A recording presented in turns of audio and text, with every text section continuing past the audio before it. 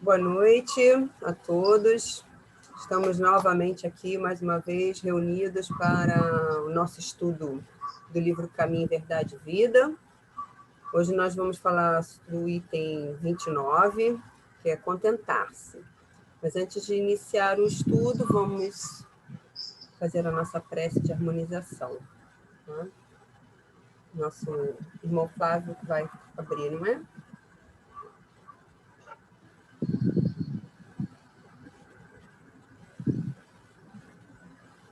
Obrigado, Jesus, por mais essa oportunidade dessa noite que nos concede estarmos reunidos em seu nome, com a permissão de Deus, para estudarmos mais um capítulo das obras que nos chegam para o nosso engrandecimento, para a nossa melhora espiritual e material.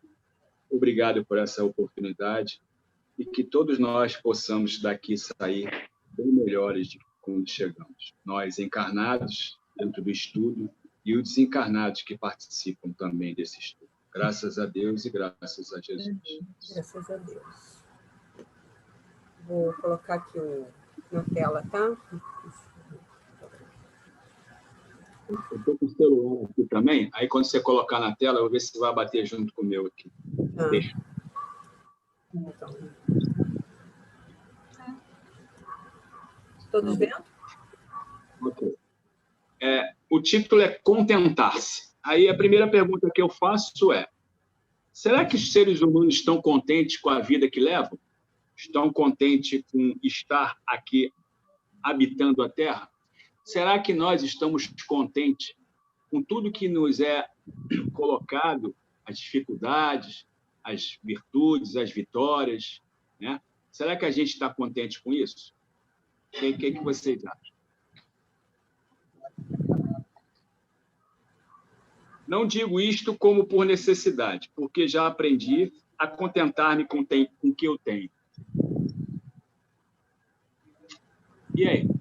Paulo. Será que realmente eu estou contente com o que eu tenho ou eu sempre estou querendo mais e mais?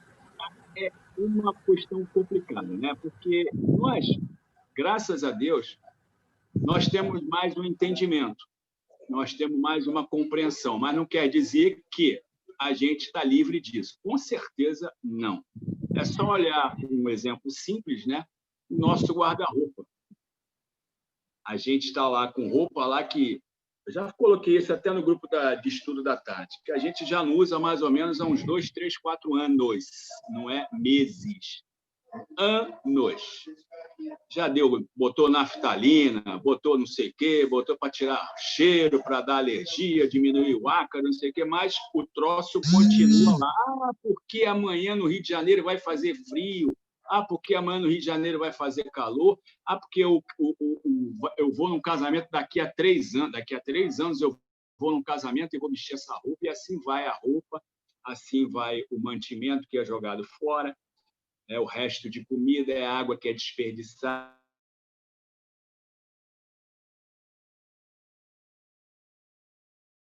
Aí, bens que não são duráveis, né? Porque nada é durável de bens aqui na Terra, só os bens imateriais, que são as virtudes, né?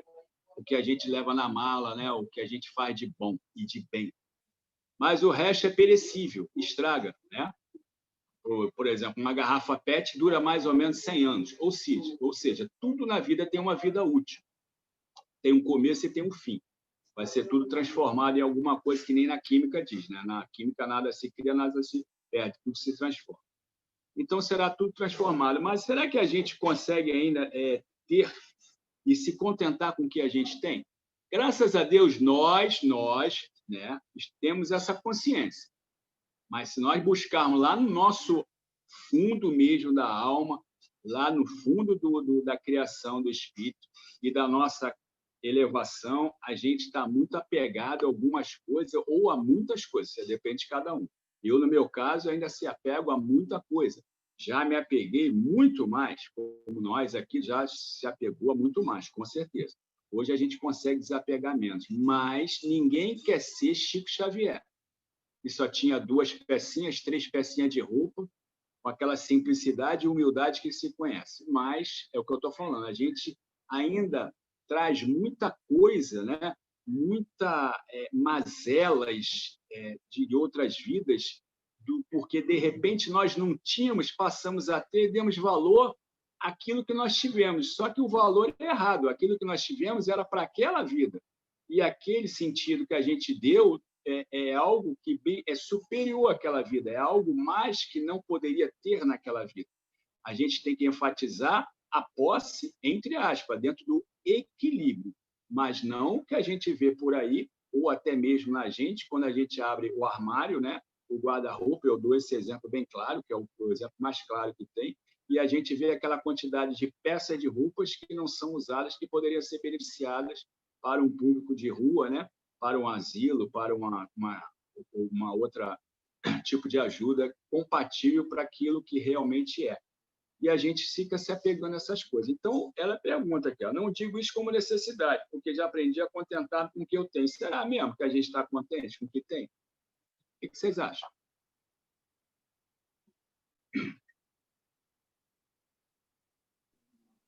Eu acho que o ser humano não está contente com o que tem, não.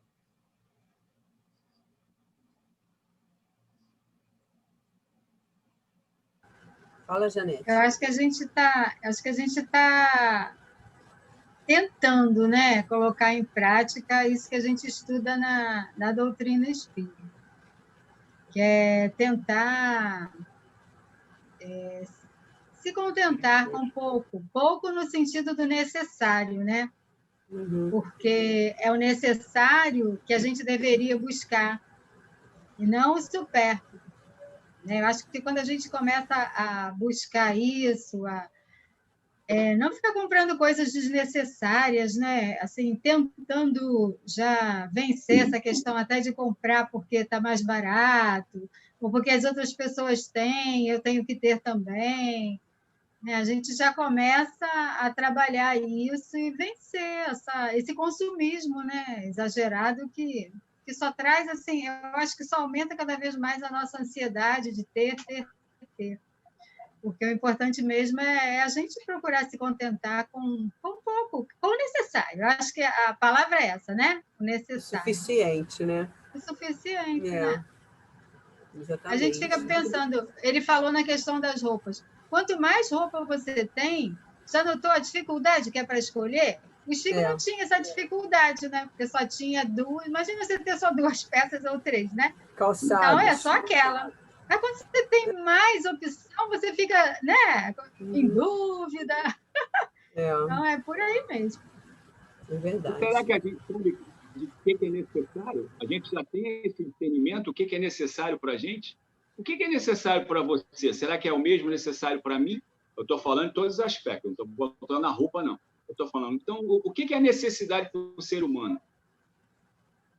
Eu acho que é você poder se alimentar de forma digna, você ter uma roupa para se vestir sem procurar, né, assim, ter demais, é você ter um local para morar. Hoje em dia tem até o aspecto de pessoas que não querem mais nem comprar assim a residência, né? Você ter um local para morar, mesmo através do aluguel, é o suficiente.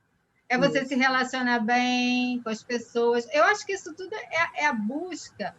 No meu caso, que a doutrina espírita trouxe para mim, sempre baseado nos ensinamentos de Jesus, não é? Então, eu acho que é você... Quer ver? A questão 922 do Livro dos Espíritos, que fala daquela felicidade relativa, né?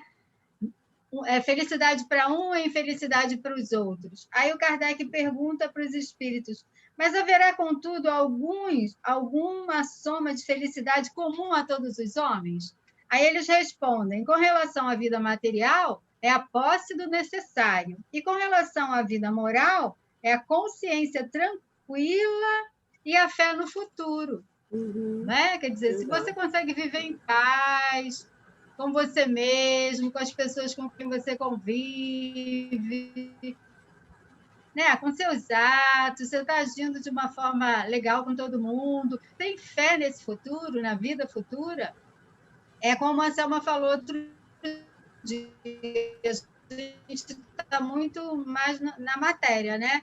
A gente pensa muito das coisas materiais que a gente tem. Então, se a gente for pensar, acreditando, vendo essa vida espiritual, que é, né, a nossa vida infinita, nossa vida eterna, sem focar muito aqui a matéria, e procurar desenvolver essa nossa consciência tranquila em cima dos atos que a gente deva estar desenvolvendo da melhor forma possível, e com relação da questão material, o necessário, né? E a gente pode envolver tudo, né, gente? Com relação a comer, eu não preciso comer demais, né? Uhum. Eu não preciso ter as roupas demais, novamente falando. Não preciso encher a minha casa de penduricalhos demais, que até para limpar dá um trabalho danado, né? Então, é tudo mesmo a questão do necessário, né? Eu acho que é por aí. É verdade. Nós criamos necessidades, né? E aí fica cada vez mais difícil de se contentar, porque conforme a pessoa às vezes alça condições financeiras melhores, é normal que ela busque parte desse dinheiro gerar conforto, né? Então você aí vai morar numa casa confortável, aí já compra uma cama mais cara, já compra a geladeira mais cara, já compra o ar-condicionado em todos os ambientes da casa. E quando você vê, você está criando uma necessidade, porque você se acostuma com aquele bem-estar, com aquele conforto. Você quer ter, de repente, diversas pessoas no lar te auxiliando, né? Aí você contrata uma para lavar, uma para cozinhar, uma para... Você começa a não fazer nada, né? Então, isso tudo vai te criando necessidades, e conforme depois a vida talvez te force a abrir mão desses luxos, desses excessos, e aí você começa a não se contentar, você fica triste, você não se sente bem, porque você viciou o seu próprio organismo, o seu próprio corpo a necessidades extras. A mesma coisa a comida, né? Geralmente a gente tem muita dificuldade de emagrecer, por quê?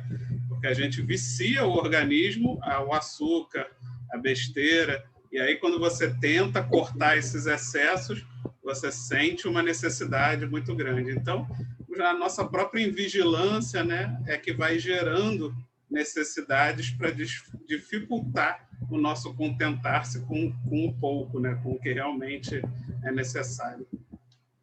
E você falou uma coisa interessante. Teve um documentário agora sobre negócios da pandemia. Os negócios de alto luxo, carros de alto luxo, imóveis de alto luxo, não sentiram a crise da pandemia, tá? Viveram normalmente como estão vivendo.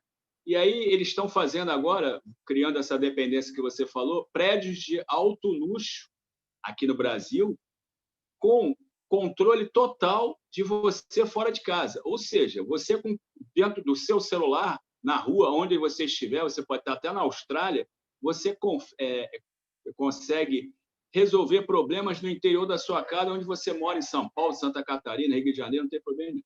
Aí o cara falou, realmente, é uma comodidade muito grande, uma sofisticação muito grande, mas na hora que começar a dar defeito, quem é que vai resolver? Aí que você está colocando aí.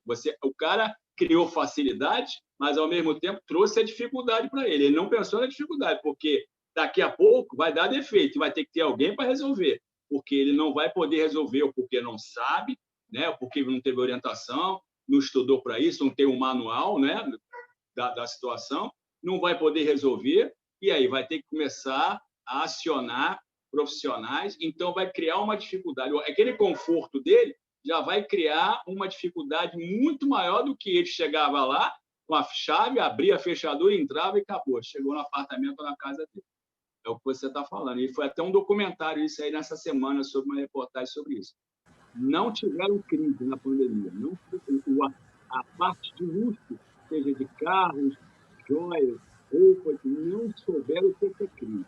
Não existe crise para isso. Vai começar a criar essas dependências. E aí, é de acordo com o outro parágrafo. Alguém vai falar mais alguma coisa? Posso abrir o outro? Vamos lá. Quando diz, a vertigem da posse avassala a maioria das criaturas na Terra. Então, é aquilo que a gente sempre vem falando, até foi cogitado várias vezes no grupo de estudo da tarde, né? O ter né? Quanto mais eu tenho, mais eu quero. Só que quanto mais eu tenho, mais eu quero, mais eu me torno dependente, eu me torno escravo, entendeu? E eu fico enraizando muito mais. Isso aí é tudo, né? Isso aí é em todos os... Eu quero aquela mulher, eu quero aquele homem, eu quero aquele carro, eu quero aquela casa, eu quero, eu tenho que ter, e a pessoa começa a querer ter, ela não tem ideia e vai atropelando tudo que tiver na frente dela que possa a impedir. E nesses atropelos, com certeza, né, vai causar muito problema para ela no seu crescimento espiritual. Então, por exemplo, um exemplo bem claro, às vezes o Helder coloca, mas eu não vou, eu respeito, mas eu não vou contestar ele, né, a opinião dele, quando ele diz que o Sérgio Cabral, daqui a uns 400 anos, quem sabe, vai... Esse tipo de pessoa, esse tipo, não é o Sérgio Cabral, estou falando esse tipo de pessoa que está enraizado em ter. Quanto mais tem, mais quer, porque quando você chega num limite desse, é uma doença extrema. O cara é doente. O cara é doente. Porque ele, por mais que ele queira, ele mesmo não vai gastar o dinheiro. Só se ele botar tudo num avião, né, e jogar tudo do avião para fora. Então, o que acontece? N gerações vão se beneficiar desse dinheiro. Só que esse dinheiro pode causar problema de desavença muito grande no meio de relacionamento dele, da família dele, dos amigos dele, porque o dinheiro e realmente o poder é complicado. Então, o que acontece? Será que esse tipo de pessoa consegue, em assim 200, 300, como ele coloca, 400 anos se melhorar? Eu acho que é muito difícil. Então, por quê? O apego às coisas material desse tipo de pessoa é muito forte, é muito grande. Está entendendo? Porque ele, em outras vidas, talvez, eu não sei, ele pode ter tido muitas posses. Então, vem trazendo isso. Isso não vem diluindo de uma hora para outra. E não vai diluir de uma hora para outra. Porque isso está enraizado, está bem forte dentro do espírito dele, dentro da bagagem de vida dele. Entendeu? Então, a gente tem que tomar muito cuidado. Graças a Deus, né, como o Gerson Simões falou, que ele vai ter uma reencarnação, uma das reencarnações ele virá rico, e ele está muito preocupado com isso. Isso aí foram as palavras dele na Rádio Rio de Janeiro. Porque ele fala assim, eu posso falhar e jogar tudo a perder, entre aspas, porque não se perde nada, né? Você adquiriu, é teu. Eu posso jogar tudo a perder, entre aspas, das encarnações das benéficas que eu fiz até hoje, através dos livros que eu escrevi, das boas ações, não sei o que eu vou falar. Porque nessa encarnação que eu terei que vir rico e com poder, realmente vai ser muito conflitante para mim, muito perigoso para mim. Então, ele está muito receoso.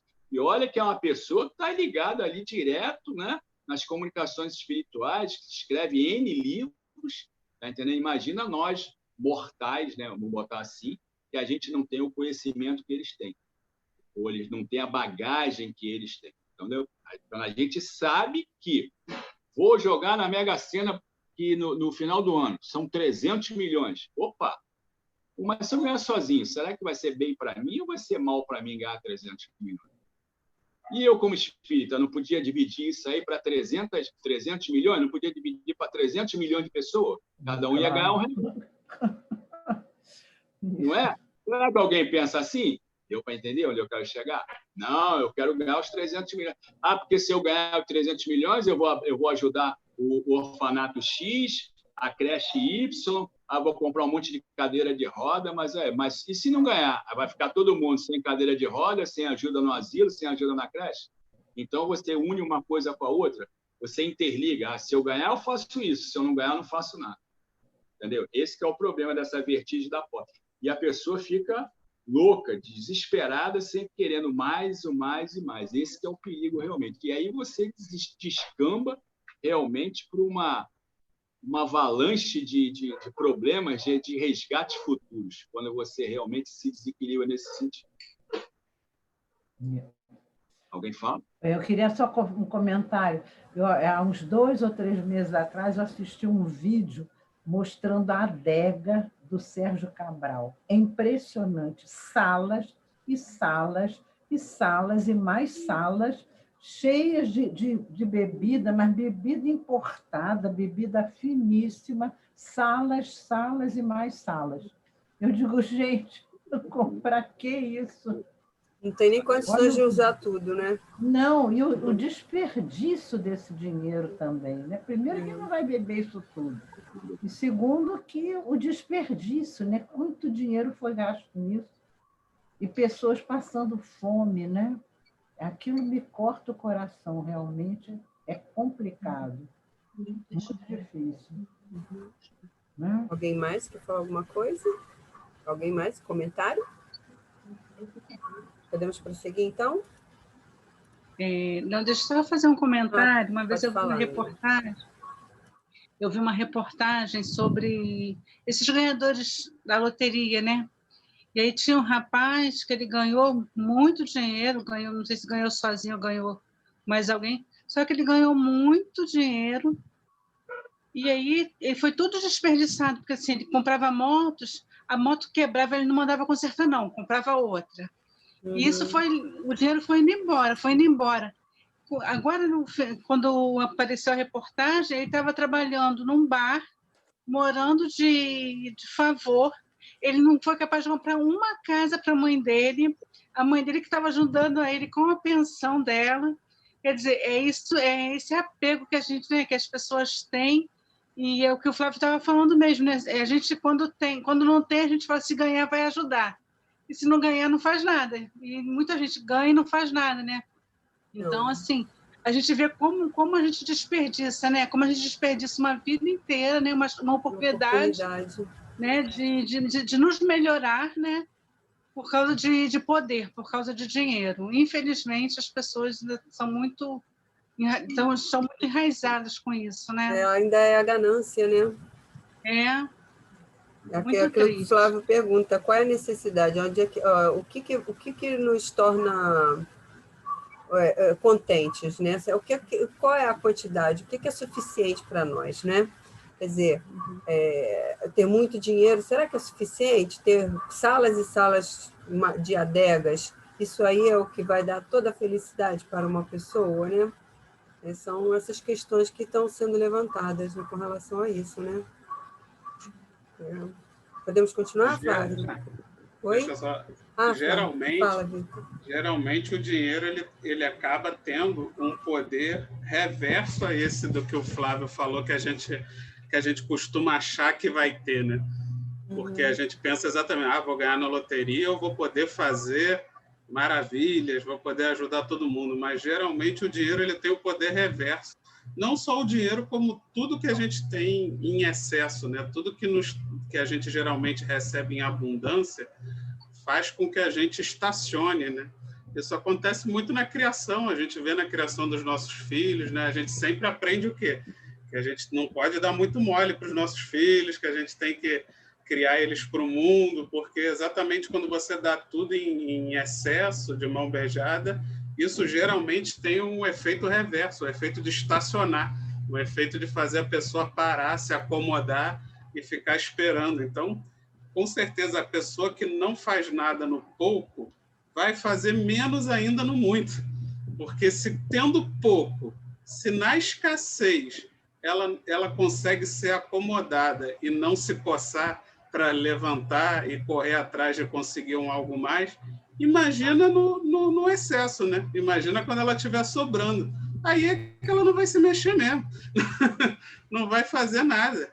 Então, a gente, pelo contrário, é na escassez que a gente se mexe, que a gente corre atrás, que a gente faz as coisas. Então, a gente não deve, de forma alguma, desejar o excesso para começar a fazer alguma coisa, porque pode ter certeza que esse excesso vai ser prejudicial, vai te estacionar ainda mais. Se a intenção é essa, se a pessoa já está pensando assim, pode ter certeza que esse excesso, quando chegar, vai paralisar ainda mais aquela pessoa.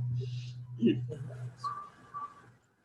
tem aquela situação, né, que a pessoa tenta, né, vai jogando na loteria da vida, eu quero ganhar dinheiro, mas o pai que sabe, não, você não vai ganhar dinheiro nessa encarnação, você vai viver com o que você tem, e ele vai. Aí, o que acontece? Se ele somasse tudo que ele jogou desde o primeiro jogo até o final, olha quanto de dinheiro que ele tinha já economizado. Né? Teria revertido para outras coisas, entendeu? Outras coisas boas, mas ele quer ganhar sempre. É que nem o cara que fuma, né? Compra 2, 3 maços de cigarro por mês. Desculpa, 2, 3 maços. Tem gente que fuma 2, 3 maços de cigarro por dia. Por dia. Faz a conta no mês e faz a conta no ano. Não. Entendeu? Posso continuar? Abrir aqui.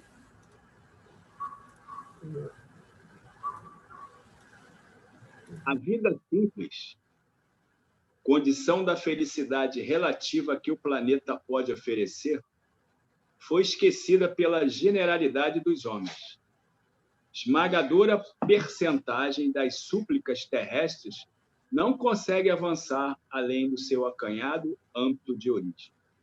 Olha só o que ele coloca. A vida simples, né? A vida simples, a gente já coloca um sinal de igualdade aí e coloca um exemplo mais nobre que a gente tem, é Chico Xavier. Né? Isso aí é um exemplo que a gente conhece muito bem. Além de outros, claro, não tem a dúvida, né? Não precisa ter gente nem famosa, né? A gente sabe que tem muita gente que vive na simplicidade. Condição da felicidade relativa que o planeta pode oferecer. Aí ele vem falar sobre felicidade, ao qual já trabalhamos nesse tema.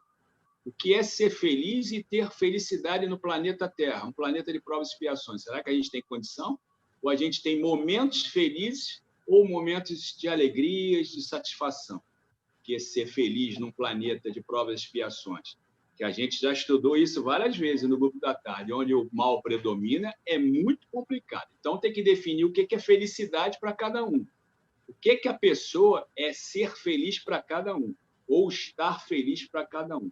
Uma coisa é você ser feliz, outra coisa é você estar feliz. Uhum. Então, existe uma diferença muito grande nesse. E ele coloca, ó, felicidade relativa, ou seja, ele não bota nem felicidade absoluta, que não existe. Num planeta como o nosso, não existe felicidade absoluta. Então, você já elimina qualquer coisa que você queira definir como felicidade para você. Porque ele já coloca que não existe. É felicidade relativa. Foi colocada. Foi esquecida pela generalidade, ou seja, acabou, né? É aquilo que a gente está conversando. Não, que eu sou bem, eu sou feliz, eu tenho um carro do ano, eu tenho dinheiro, né? Tenho um bom emprego, mas é a família. Família... E lá no relacionamento com as pessoas no emprego? Eu só trabalho com meus chefes, meus superiores e um pouquinho a parte de baixo. Mas isso é ser feliz? Isso aí é estar bem contigo mesmo? Não, eu não quero saber de nada. Mas e ali na rua? Não. E ali aquela pessoa que está pedindo? E aquela pessoa que... Isso aí não é problema meu, isso é problema do governo. O governo tem plano, tem Bolsa Família, Bolsa Leite, Bolsa Pão, Bolsa... Isso não é problema meu. Não é assim? Eu canso de escutar isso. No meio policial, então, é brincadeira isso. Isso é brincadeira. Mas aí já denota uma outra conotação, é meio complicado no meio policial. E aí ele coloca aqui, esmagadora percentagem das súplicas terrestres não consegue avançar além do acanhado âmbito de origem. Ou seja, você vai lá e pede a Deus. O teu enraizamento na matéria é tão grande que a súplica não consegue nem passar de uma camada atmosférica, não chega, porque você ainda está preso àquilo. Se você pede um objetivo de se melhorar, né, para que você venha se engrandecer, Pai, pelo amor de Deus, faça com que eu possa diminuir esse meu apego à matéria, alguma coisa semelhante a isso, a sua súplica vai vazar as camadas da atmosfera e vai chegar onde tem que chegar. Mas, quando você é apegado à matéria bruta, né, o ter, né, eu quero, eu vou conseguir, por mais que você tenha súplica e você não vai ter para o benefício de alguém ou de uma sociedade, vai ser o benefício próprio, ela não consegue se elevar às camadas da atmosfera para chegar onde tem que chegar, porque é muito pesado o seu pedido, é muito pesado, seu pedido é muito enraizado ao termo de ter, ao termo de possuir. E aí Deus fala, poxa, pelo amor de Deus, você está pedindo isso? Poxa, você já tem isso, ainda quer mais do que isso? E aí volta aquela, né, a história do celeiro, né? Lembra da história do celeiro? Lá da coisa? que ele tinha os silos lá, vamos construir mais celeiro, construiu mais celeiros para abrigar, se eu não me engano, era milho, a soja, alguma coisa assim, e agora eu estou bem. Só que Papai do Céu levou ele naquela noite. E aí, o que aconteceu? O celeiro ficou lá construído, e o que ele tinha de intuito para ser beneficiado com aquilo, para ter mais e mais e mais, vender e produzir, e amanhã fazer mais celeiro, foi tudo por água abaixo no seu propósito, porque ele desencarnou e o celeiro ficou lá para alguém, para alguns, e eu não sei nem o que aconteceu, porque a história não prossegue em relação ao celeiro, e sim a mensagem que importa. Então, aquilo que ele quis só ter, Deus chegou e falou assim, nessa noite levarei a sua alma. Levou a alma e deixou tudo aí. Tudo que ele construiu foi deixado. Por quê? Quanto mais ele tinha, mais ele queria. E aí que é importante. E aí entra esse parágrafo assim. As preces não conseguem ultrapassar, não conseguem chegar aonde tem que chegar, a não ser que seja de uma ajuda, mas não de ter mais. Porque a condição do ser humano na Terra, nesse sentido, é muito mais grave do que ele pensa. E se ele geralmente não tem conhecimento espiritual, então realmente as consequências serão bem maiores e os resgates serão bem mais dolorosos. Isso não tem a dúvida. Alguém quer falar alguma coisa? Alguém? Podemos então continuar? Vitor?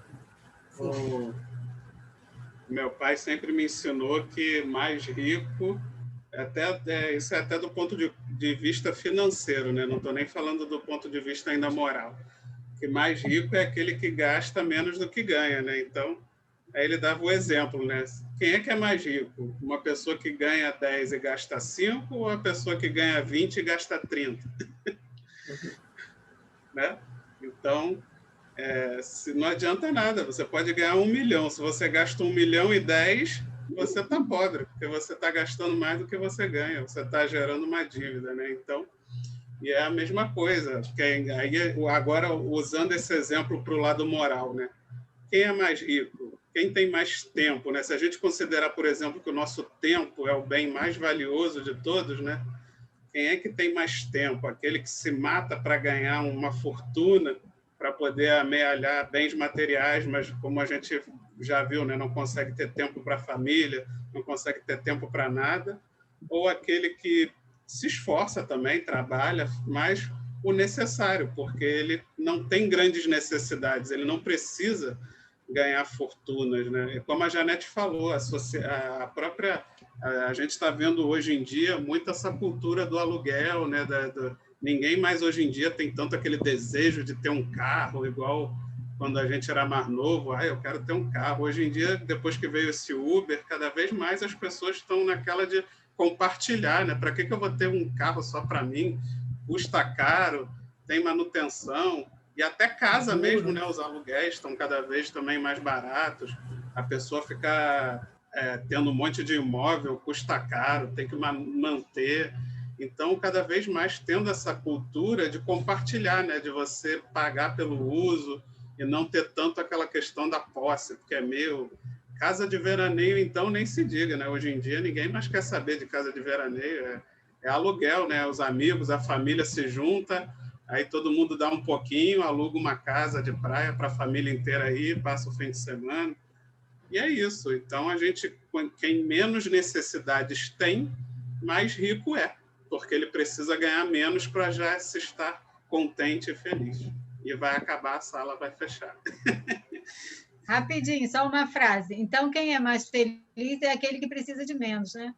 Verdade. Aprendeu a viver com menos, né? Está satisfeito assim. É verdade. Então, vamos aguardar, vai cair e a gente entra novamente, tá bom? Pelo mesmo link, tá bom?